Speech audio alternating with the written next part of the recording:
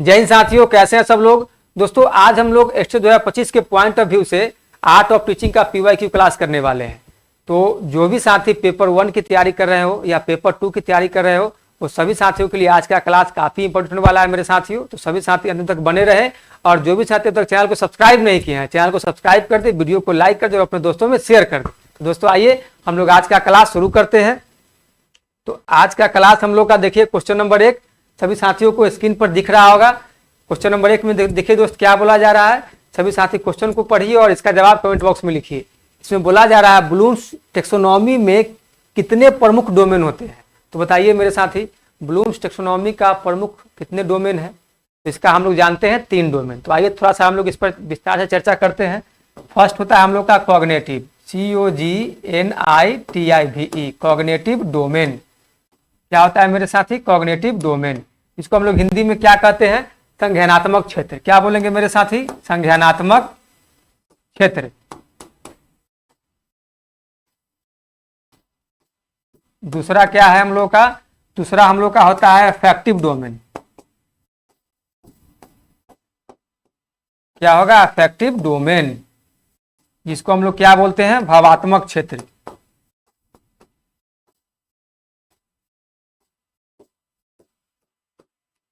क्या बोलेंगे मेरे साथी? भावात्मक क्षेत्र। तीसरा हमारा क्या होता है? तीसरा होता है हमारा साइकोमोटर। साइकोमोटर डोमेन, जिसको हम लोग बोलते हैं मनोदैहिक क्षेत्र या मनोगत्यात्मक क्षेत्र। क्या बोलेंगे मेरे साथी? मनोदैहिक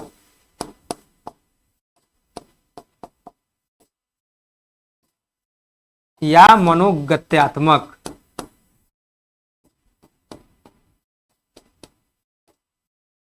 मनोदैहिक या मनोगत्यात्मक क्षेत्र। तो सभी साथी को समझ में आ गया होगा कि ब्लूम्स टैक्सोनॉमी के कितने प्रमुख डोमेन होते हैं मेरे साथी। तो बताइए इसका, अब बताइए इसका सही जवाब क्या होगा। कोई साथी को कोई कंफ्यूजन, जरा सा भी, थोड़ा सा भी, कहीं भी कोई कंफ्यूजन नहीं होना चाहिए मेरे साथी। तो देखिए इसका सही जवाब हो जाएगा option number B is the right answer. कितने होते हैं? इसका प्रमुख डोमेन 3 होते हैं। ठीक है, तो आइए हम लोग अब क्वेश्चन नंबर 2 पे चलते हैं। क्वेश्चन नंबर 2 में क्या बोला है मेरे साथी? आरटीई अधिनियम के तहत शिक्षा का अधिकार किस आयु वर्ग के बच्चों के लिए है? बताइए आरटीई अधिनियम सबसे पहले कब लाया गया? तो दोस्तों आरटीई अधिनियम 2009 में लाया गया। आरटीई का फुल फॉर्म क्या होता है? तो इसका फुल फॉर्म होता है right to education. Right to education.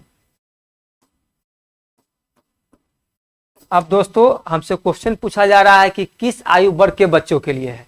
तो ऑप्शन में हम लोग देखेंगे, ए में बोला गया है 5 से 12 वर्ष, लेकिन हम लोग समझ लेते हैं ये 6 से लेके 14 वर्ष तक के बच्चों के लिए है।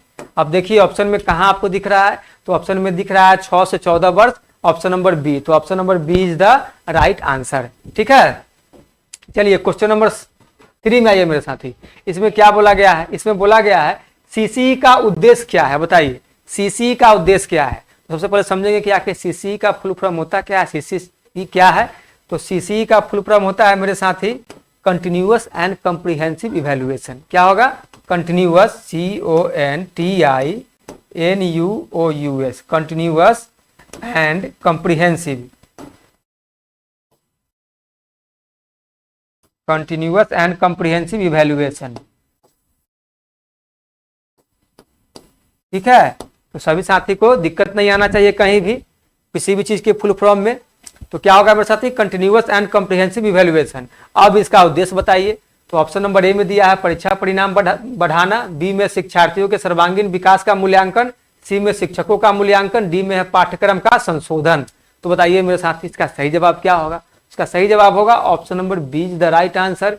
शिक्षार्थी के सर्वांगीण विकास का मूल्यांकन करता है सीसीई। ठीक है, चलिए क्वेश्चन नंबर 4 में आइए। क्वेश्चन नंबर 4 में क्या है मेरे साथी? इसमें है इंडक्टिव विधि का अर्थ क्या है। इंडक्टिव विधि का अर्थ क्या होता है मेरे साथी? तो ऑप्शन नंबर ए में दिया है सामान्य से विशेष, बी में दिया है विशेष से सामान्य, सी में दिया है अनुभव आधारित और डी में दिया है ज्ञान संचयन। तो बताइए इसका क्या हो जाएगा? तो इसका हो जाएगा विशेष से सामान्य। Option number B is the right answer. ठीक है, चलिए क्वेश्चन नंबर 5 में आइए। क्वेश्चन नंबर 5 में क्या है मेरे साथी? इसमें बोला गया है ह्यूरिस्टिक शब्द की उत्पत्ति किस भाषा से हुई है। बताइए ह्यूरिस्टिक शब्द की उत्पत्ति किस भाषा से हुई है, ये हमसे पूछा जा रहा है। तो ऑप्शन नंबर ए में है लैटिन, बी में है फ्रेंच, सी में है ग्रीक और डी में है संस्कृत। इसका सही जवाब क्या होगा मेरे साथी, बताइए मेरे दोस्त। इसका हो जाएगा option number C is the right answer, Greek से हुई है। ठीक है, चलिए क्वेश्चन नंबर 6 में आ जाइए। क्वेश्चन नंबर 6 में क्या बोला जा रहा है, सेल्फ असेसमेंट में छात्र किसे मूल्यांकित करते हैं, बताइए। सेल्फ असेसमेंट में छात्र किसे मूल्यांकित करते हैं। तो ऑप्शन नंबर ए में है सहपाठी को, बी में है शिक्षक को, सी में है अपना स्वयं का अधिगम और डी में है परीक्षा परिणाम।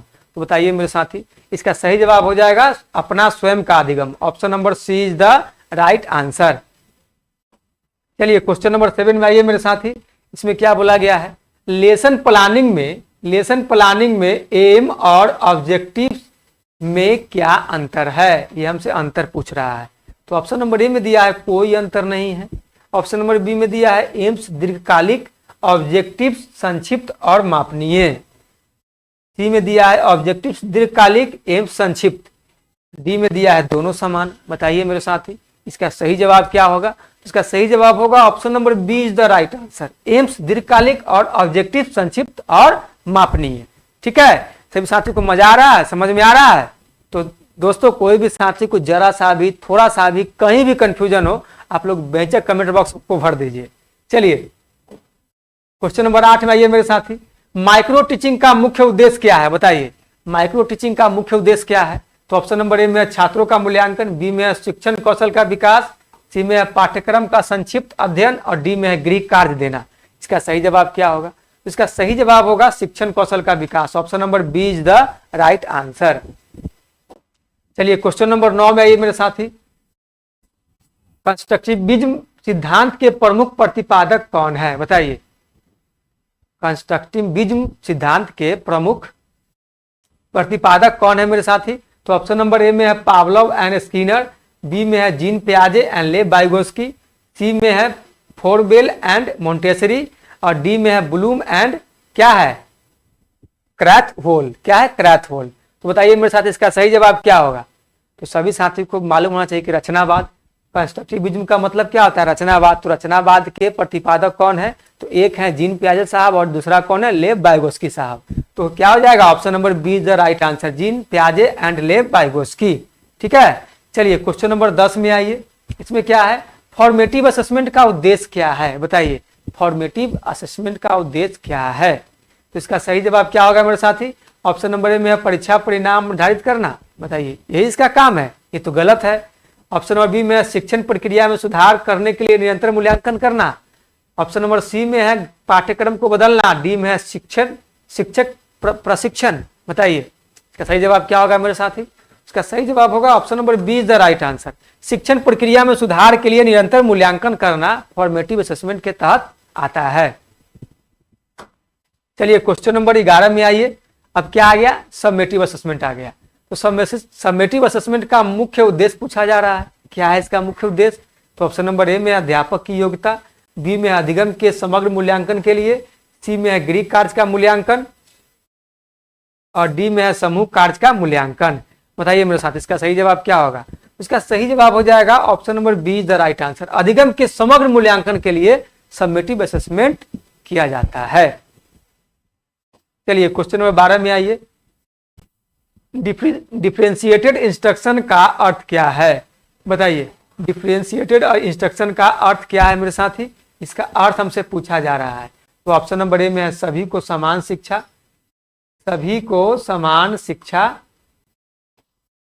बी में है विभिन्न छात्रों की आवश्यकताओं के अनुसार शिक्षण विधियों का अनुकूलन। बताइए क्या हो जाएगा, विभिन्न छात्रों की आवश्यकताओं के अनुसार शिक्षण विधियों का अनुकूलन। बी में है, सी में है केवल तेज छात्रों के लिए, डी में है केवल धीमे छात्रों के लिए। इसका सही जवाब क्या होगा। इसका अर्थ हमसे पूछा जा रहा है डिफरेंशिएटेड इंस्ट्रक्शन का, क्या होगा मेरे साथी। इसका सही जवाब हो जाएगा विभिन्न छात्रों की आवश्यकताओं के अनुसार शिक्षण विधियों का अनुकूलन। समझे, जैसा छात्र का मनोवृत्ति है उस तरीके से आप उसके भाव को समझते हुए शिक्षण विधियों में आप अनुकूलन लाइए। चलिए क्वेश्चन नंबर दोस्तों हम लोग अब क्वेश्चन नंबर 13 देखेंगे। क्वेश्चन नंबर 13 स्क्रीन पर आ चुका है, सभी साथ इसको पढ़िए और इसका जवाब कमेंट बॉक्स में लिखिए। देखिए क्या बोला गया है, पी टीचिंग में शिक्षक की भूमिका क्या होती है, हमसे पूछा जा रहा है शिक्षक की भूमिका।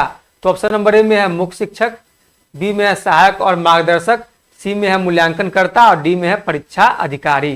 तो बताइए मेरे साथ इसका सही जवाब क्या होगा। इसका सही जवाब हो जाएगा option number B is the right answer, सहायक और मार्गदर्शक। पीर टीचिंग में शिक्षक की भूमिका होती है सहायक और मार्गदर्शक का। ठीक है, चलिए क्वेश्चन नंबर 14 में आइए मेरे साथी। क्वेश्चन नंबर 14 में क्या बोला गया है, एक्टिव लर्निंग में छात्रों की भूमिका क्या होती है, बताइए। एक्टिव लर्निंग में हमसे छात्रों की भूमिका पूछा जा रहा है कि छात्रों की भूमिका क्या होती है। तो ऑप्शन नंबर ए में है केवल सुनना, बी में है केवल नोट कर लेना, सी में है सक्रिय भागीदारी और सहभागिता और डी में है शिक्षक को मार्गदर्शक देना। इसका सही जवाब क्या होगा मेरे साथी, इसका सही जवाब होगा option number C is the right answer, सक्रिय भागीदारी और सहभागिता एक्टिव लर्निंग में छात्रों की भूमिका होती है। चलिए क्वेश्चन नंबर 15 में आइए मेरे साथी। इसमें क्या बोला जा रहा है, इसमें बोला जा रहा है प्रोजेक्ट मेथड में शिक्षक का मुख्य उद्देश्य क्या है, बताइए। प्रोजेक्ट मेथड में शिक्षक का मुख्य उद्देश्य पूछा जा रहा है। ऑप्शन नंबर ए में है पाठ्य पुस्तक पढ़ना, बी में है वास्तविक जीवन से संबंधित समस्याओं का समाधान, सी में है परीक्षा उत्तीर्ण करना और डी में है गृह कार्य पूरा करना। बताइए इसका सही जवाब क्या होगा मेरे साथी। इसका सही जवाब हो जाएगा option number B is the right answer, वास्तविक जीवन से संबंधित समस्याओं का समाधान प्रोजेक्ट मेथड के शिक्षण का मुख्य उद्देश्य होता है। चलिए क्वेश्चन नंबर 16 में आइए मेरे साथी। कोऑपरेटिव लर्निंग का लाभ क्या है, हमसे इसका लाभ पूछा जा रहा है कि कोऑपरेटिव लर्निंग कराने से बच्चों में क्या लाभ होता है। तो ऑप्शन नंबर ए में अकेले अध्ययन, बी में समूह में मिलकर समस्याओं का समाधान और सामाजिक कौशल का विकास, सी में है केवल प्रतियोगी परीक्षा और डी में है शिक्षक की सहायता। बताइए मेरे साथी क्या होगा इसका सही जवाब। इसका सही जवाब होगा option number B is the right answer, समूह में मिलकर समस्याओं का समाधान और सामाजिक कौशल का विकास। ठीक है, चलिए क्वेश्चन नंबर 17 में आइए मेरे साथी। अब देखिए अभी हम लोग जो आगे पढ़े थे, क्या पढ़े थे, ब्लूम टेक्सोनॉमी के कॉग्निटिव डोमेन के कितने स्तर होते हैं, बताइए मेरे साथी। ब्लूम टेक्सोनॉमी के कॉग्निटिव डोमेन के कितने स्तर होते हैं। अभी हम लोग ने फर्स्ट क्वेश्चन में देखा था ना कि ब्लूम टेक्सोनॉमी के 3 डोमेन होते हैं ना। कौन कौन से होते हैं मेरे साथी, अभी सभी साथी कमेंट बॉक्स में लिखिए, क्योंकि अभी हम लोग शुरुआत में इसको पढ़े हैं। और अभी वही फर्स्ट डोमेन जो होता है कॉग्निटिव डोमेन, उसका कितना स्तर होता है वो हमसे पूछ लिया गया है। बताइए मेरे साथ इसका कितना स्तर होता है। तो इसके 6 स्तर होते हैं। क्या होते हैं, इसके 6 स्तर होते हैं। तो क्वेश्चन नंबर 17 का option number C is the right answer. हम लोग जरा इसके 6 स्तर को जान ले, ताकि हमारे कोई भी साथी को जरा सा भी थोड़ा सा भी कहीं भी कंफ्यूजन ना बचे। ऐसा क्वेश्चन मिले दोस्त, देखते ही आप लोग हवा में इसको उड़ा दे। चलिए अब आगे हम लोग का ब्लूम टेक्सोनॉमी के कॉग्निटिव डोमेन के स्तर, ब्लूम टेक्सोनॉमी के कॉग्निटिव डोमेन के स्तर हम लोग के सामने आ गया। तो फर्स्ट क्या है मेरे साथी, नॉलेज है, दूसरा है हमारा कॉम्प्रिहेंशन, तीसरा है एप्लीकेशन, चौथा है एनालिसिस, पांचवा है सिंथेसिस और छठा है इवैल्यूएशन, है ना। Knowledge, comprehension, application, analysis, synthesis और इवैल्यूएशन। तो ये क्या है, ये हमारा ब्लूम टेक्सोनॉमी के कॉग्निटिव डोमेन के 6 स्तर हैं। तो सभी साथी इसको बढ़िया से याद कर लीजिएगा, क्योंकि आपको एग्जामिनेशन में इससे 1-2 प्रश्न आपको देखने को मिल ही जाएगा ब्लूम टेक्सोनॉमी से। ठीक है, क्या पता इसी का कुछ आपको कॉन्सेप्ट पूछ दे। चलिए हम लोग अब अगला क्वेश्चन देखते हैं। क्वेश्चन नंबर 18 क्या है, इसमें बोला गया है इफेक्टिव डोमेन में रिसीविंग का क्या अर्थ है। देखिए अभी हम लोग जो पढ़े थे ब्लूम टेक्सोनॉमी के 3 डोमेन, यहाँ पे आ गया ना। इफेक्टिव डोमेन में रिसीविंग का क्या अर्थ है, बताइए। रिसीविंग का अर्थ हमसे पूछा जा रहा है इफेक्टिव डोमेन में, इसका क्या हो जाएगा मेरे साथी अर्थ, बताइए। तो ए में है प्रतिक्रिया देना, बी में सूचनाओं को ग्रहण करना और स्वीकार करना, सी में है सीखना और डी में है मूल्यांकन करना। बताइए मेरे साथी, रिसीविंग का अर्थ हो जाएगा option number B is the right answer, सूचनाओं को ग्रहण करना और स्वीकार करना। ठीक है, तो रिसीविंग से आप लोग यूज अंदाजा लगा सकते हैं कि रिसीविंग का मतलब क्या होता है, ग्रहण करना, प्राप्त करना। ठीक है, चलिए क्वेश्चन नंबर 19 में आइए। देखिए ब्लूम टेक्सोनॉमी के 3 डोमेन से आपको क्वेश्चन देखने को मिल गया ना। तो सभी दोस्तों ये क्वेश्चन सब PYQ है, ये आपको आना ही आना है, क्योंकि हम लोगों ने उसी स्तर पर क्वेश्चन यहाँ पे लेने का काम किया है, ताकि आने की इसकी पूरी की पूरी संभावना है। तो साइकोमोटर डोमेन में परसेप्शन का क्या अर्थ है, बताइए। साइकोमोटर डोमेन में परसेप्शन का क्या अर्थ है। तो ऑप्शन नंबर ए में है मानसिक प्रक्रिया, बी में है संवेदी अनुभवों के आधार पर क्रियाओं का समन्वय, सी में है मूल्यांकन और डी में है रचनात्मकता। तो बताइए मेरे साथ इसका सही जवाब क्या होगा? इसका सही जवाब होगा option number B is the right answer, संवेदी अनुभवों के आधार पर क्रियाओं का समन्वय। ठीक है, चलिए क्वेश्चन नंबर 20 में आइए। इसमें क्या बोला गया है?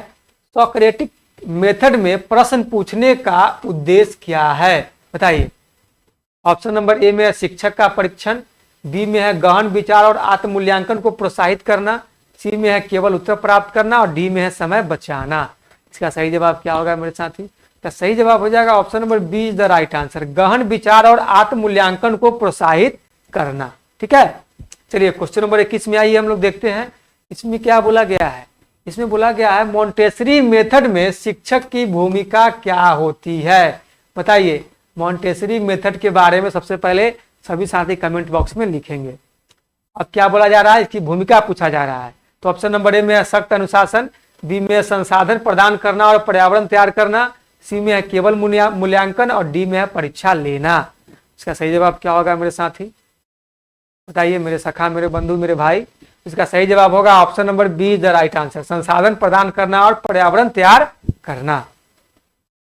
चलिए क्वेश्चन नंबर 22 आ गया स्क्रीन पर, सभी साथ इसको पढ़िए और इसका जवाब कमेंट बॉक्स में लिखने का कष्ट करिए, क्योंकि आप लोग अभी तक कुछ भी कमेंट बॉक्स में नहीं लिखते हैं। वाल्ड्रॉफ एजुकेशन क्या है मेरे साथी? वाल्ड्रॉफ एजुकेशन में कला और रचनात्मकता का स्थान क्या है? बताइए। कला और रचनात्मकता का स्थान क्या है वाल्ड्रॉफ एजुकेशन में? ठीक है, तो ए में है पाठ्यक्रम का हिस्सा नहीं है, बी में शिक्षा के अभिन्न अंग के रूप में, सी में है केवल वैकल्पिक और डी में है केवल परीक्षा के लिए। इसका सही जवाब हो जाएगा मेरे साथी option number B is the right answer, शिक्षा के अभिन्न अंग के रूप में। ठीक है, शिक्षा के अभिन्न अंग के रूप में वाल्ड्रॉफ एजुकेशन का कला और रचनात्मकता के क्षेत्र में स्थान है। ठीक है, चलिए क्वेश्चन नंबर 23 में आ जाइए। अब इसमें क्या है? रेजियो इमिलिया अप्रोच क्या है मेरे साथी? रेजियो इमिलिया अप्रोच में बच्चों की स्वतंत्रता का महत्व क्या है, ये हमसे पूछा जा रहा है। तो ऑप्शन नंबर ए में अनुशासन बनाए रखना, बी में है स्वतंत्र अन्वेषण और अभिव्यक्ति के लिए अवसर प्रदान करना, सी में है केवल शिक्षक निर्देश और डी में है परीक्षा तैयारी। इसका सही जवाब क्या होगा मेरे साथी? बताइए। तो इस साथ इसका कमेंट बॉक्स में जवाब लिखिए। इसका सही जवाब हो जाएगा मेरे साथी option number B is the right answer, स्वतंत्र अन्वेषण और अभिव्यक्ति के लिए अवसर प्रदान करना। क्वेश्चन नंबर 24 में आ जाइए। इसमें क्या है? बिहेवियरिज्म। अब हमारा क्या आ गया? व्यवहारवाद से क्वेश्चन आ गया। बिहेवियरिज्म के अनुसार अधिगम कैसे होता है, ये हमसे पूछा जा रहा है, कैसे होता है। ठीक है, तो ऑप्शन नंबर ए में प्रेरणा और प्रतिक्रिया के माध्यम से, बी में अनुभव के माध्यम से, सी में सामाजिक सहयोग से और डी में पूर्व ज्ञान के आधार पर। बताइए मेरे साथी कैसे होगा? इसका सही जवाब हो जाएगा option number A is the right answer, प्रेरणा और प्रतिक्रिया के माध्यम से इसमें अधिगम होता है। चलिए क्वेश्चन नंबर 25 में आइए मेरे साथी। इसमें है कॉग्निटिज्म क्या है? ये हमारा आ गया संज्ञानात्मकवाद। क्या आ गया मेरे साथी? संज्ञानात्मकवाद, कॉग्निटिज्म है ना। कॉग्निटिज्म के अनुसार अधिगम कैसे होता है, इसमें ये पूछ रहा है कैसे होता है, तो भी बताना है कैसे होता है। तो ए में है प्रेरणा और प्रतिक्रिया, बी में है मस्तिष्क की जानकारी प्रोसेसिंग के माध्यम से, सी में है केवल परीक्षा के लिए और डी में है सामाजिक अनुभव से। बताइए मेरे साथी क्या इसमें कैसे होगा? इसमें होता है option number be the right answer, मस्तिष्क की जानकारी प्रोसेसिंग के माध्यम से। ठीक है, चलिए क्वेश्चन नंबर 26 में आइए मेरे साथी। क्वेश्चन नंबर 26 में बोला है, क्या बोला है बताइए? ह्यूमनिज्म। क्या बोला है मेरे साथी? ह्यूमनिज्म के अनुसार अधिगम कैसे होता है, बताइए कैसे होगा मेरे साथी? तो ऑप्शन नंबर ए में बोला है व्यक्तिगत विकास और आत्म साक्षात्कार के माध्यम से, बी में केवल पढ़ाई से, सी में समूह में मिलकर और डी में परीक्षा के माध्यम से। इसका सही जवाब क्या होगा? इसका सही जवाब हो जाएगा option number A is the right answer, व्यक्तिगत विकास और आत्म साक्षात्कार के माध्यम से। ठीक है, चलिए क्वेश्चन नंबर 27 में आइए मेरे साथी। तो आइए दोस्तों हम लोग अब क्वेश्चन नंबर 27 देखेंगे। क्वेश्चन नंबर 27 में क्या बोला गया है? क्वेश्चन नंबर 27 में बोला गया है कंस्ट्रक्टिविज्म के अनुसार अधिगम कैसे होता है। बताइए मेरे साथी कंस्ट्रक्टिविज्म के अनुसार अधिगम कैसे होता है? तो ऑप्शन नंबर ए में है प्रेरणा और प्रतिक्रिया, बी में है पूर्व ज्ञान और अनुभवों के आधार पर नया ज्ञान निर्माण, सी में है केवल शिक्षक निर्देश और डी में है केवल नोट्स पढ़कर। तो बताइए मेरे साथी, कंस्ट्रक्टिविज्म का क्या मतलब होता है? तो ये मतलब होता है इसका रचनावाद, समझे। तो इसमें अधिगम कैसे होता है उसका हमसे जवाब पूछ रहा है। इसका सही जवाब क्या होगा?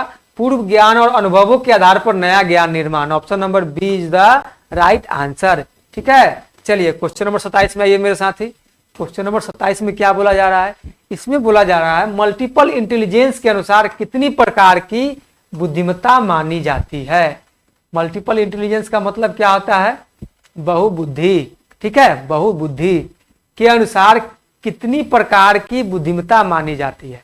कितनी प्रकार की मानी जाती है मेरे साथी? तो ये 8 प्रकार की मानी जाती है। तो हम लोग थोड़ा सा इस 8 प्रकार के ऊपर चर्चा कर लेंगे ताकि हमारे कोई भी साथी को कोई भी दिक्कत ना हो। तो बताइए कौन से ऑप्शन में है? ए में 6 है, बी में 7 है, सी में 8 है। तो option number C is the right answer. ठीक है, तो आइए हम लोग थोड़ा सा इसके बुद्धि के 8 प्रकार पर चर्चा कर लेते हैं। और सभी साथी इसका स्क्रीनशॉट लेकर के रख लीजिए ताकि आप लोग को रिवीजन करने में और पढ़ने में आप लोग को सहूलियत हो और कोई भी क्वेश्चन आप लोग सभी साथी इस पर मिस न कर सके। तो बुद्धि की 8 प्रकार है। फर्स्ट में क्या है? फर्स्ट में है भाषिक बुद्धि, जिसको हम लोग बोलते हैं लिंग्विस्टिक इंटेलिजेंस। इसमें क्या होता है? भाषा का प्रयोग करने, लिखने, बोलने और समझने की क्षमता। तो अब ऐसे जो लोग होते हैं जिसमें भाषिक बुद्धि होती है वो लोग बनते हैं लेखक, कवि, वक्ता या पत्रकार। सभी साथी को दिख रहा है ना? सभी साथी इसको अच्छे से समझ लेंगे। फिर दूसरा बुद्धि है तार्किक गणितीय बुद्धि, जिसको हम लोग बोलते हैं लॉजिकल मैथमेटिकल इंटेलिजेंस। इसमें क्या होता है? तर्क, गणना और समस्या समाधान की क्षमता होती है। ये जो बुद्धि जिनमें पाया जाता है वो लोग बनते हैं वैज्ञानिक, गणितज्ञ और इंजीनियर। ठीक है, अब तीसरा है हमारा स्थानिक बुद्धि, जिसको बोलते हैं स्पेशल इंटेलिजेंस। ठीक है, अब ऐसे लोगों में चित्र, आकार, दिशा और स्थान को समझने की क्षमता होती है। आप समझे? तो वैसे लोग बनते हैं वास्तुकार, चित्रकार और डिजाइनर। सभी साथियों को समझ में आ रहा है ना? फिर देखिए हमारा चौथा नंबर का बुद्धि क्या है? ये हमारा है शारीरिक गत्यात्मक बुद्धि। क्या है मेरे साथी? शारीरिक गत्यात्मक बुद्धि, जिसको हम लोग बोलते हैं बॉडीली काइनेस्थेटिक्स इंटेलिजेंस। ठीक है, तो जिसमें जो इस तरीके का बुद्धि जो पाया जाता है वह लोग बनते हैं शरीर के अंगों का कुशल उपयोग करने की क्षमता वाले। अब वो जो लोग होंगे ना वो शरीर की जो उनका अंग होगा उसका वो उपयोग करने में कुशल होंगे। तो वैसे लोग बनते हैं नर्तक, खिलाड़ी या अभिनेता। देखते हैं डांस करने वाले लोगों का बॉडी कितना मेंटेन रहता है और कितना एकदम सेल्फ डिसिप्लिन रहता है। वो कहीं से भी कहीं अपने बॉडी को मूव कर लेते हैं, समझे। तो वो वैसे लोगों में क्या होता है? शारीरिक गत्यात्मक बुद्धि पाई जाती है। फिर हमारा है पांचवा क्या है? संगीतात्मक बुद्धि। अब ऐसे बुद्धि जो जिन लोगों में होता है वो लोग संगीत, ताल, स्वर और लय को समझने की क्षमता रखते हैं। बात समझे कि नहीं? वैसे लोगों में आप देखिएगा कि संगीत की कला होती है, अच्छे से वो लोग ताल पकड़ेंगे, स्वर पकड़ेंगे। तो वैसे लोग बनते हैं गायक, संगीतकार और वादक। ठीक है, अब फिर हमारा 18 नंबर बुद्धि है जिसको हम लोग बोलते हैं पारस्परिक बुद्धि, इंटरपर्सनल इंटेलिजेंस। अब ये बुद्धि किसमें पाई जाती है? तो अब ऐसे बुद्धि जिसमें पाई जाती है ना मेरे दोस्त, वो बनते हैं दूसरों की भावनाओं, उद्देश्यों और व्यवहार को समझने की क्षमता वाले लोग। बात समझे कि नहीं? ऐसा बुद्धि जिसमें पाया जाएगा वे लोग दूसरों की भावनाओं, उद्देश्यों और व्यवहार को समझते हैं। बात समझे कि नहीं? उनमें समझने की क्षमता होती है। तो वैसे लोग बनते हैं शिक्षक, नेता या परामर्शदाता। ठीक है, अब हमारा आ गया है 7वां नंबर का बुद्धि, जिसको बोलते हैं अंतर व्यक्तिगत बुद्धि, जिसको इंग्लिश में बोला जाता है इंट्रापर्सनल इंटेलिजेंस। ठीक है, इंट्रापर्सनल इंटेलिजेंस। तो सभी साथी ध्यान से समझते चलेंगे। तो अब इस टाइप की जिसमें बुद्धि पाई जाती है वह स्वयं की भावनाओं और विचारों को समझने की क्षमता रखते हैं। वह स्वयं की भावनाओं और विचारों को समझने की क्षमता रखते हैं। ठीक है, वैसे लोग बनते हैं दार्शनिक, मनोवैज्ञानिक और लेखक। ठीक है, फिर हमारा 8वां प्रकार का बुद्धि है प्राकृतिक बुद्धि, जिसको बोलते हैं नेचुरलिस्टिक इंटेलिजेंस। क्या बोलते हैं मेरे साथी? Naturalistic intelligence. इस जो व्यक्ति में इस टाइप की बुद्धि पाई जाती है वह व्यक्ति आपको प्रकृति, पौधा, जानवरों और पर्यावरण को समझने की क्षमता रखते हैं। बात समझे कि नहीं?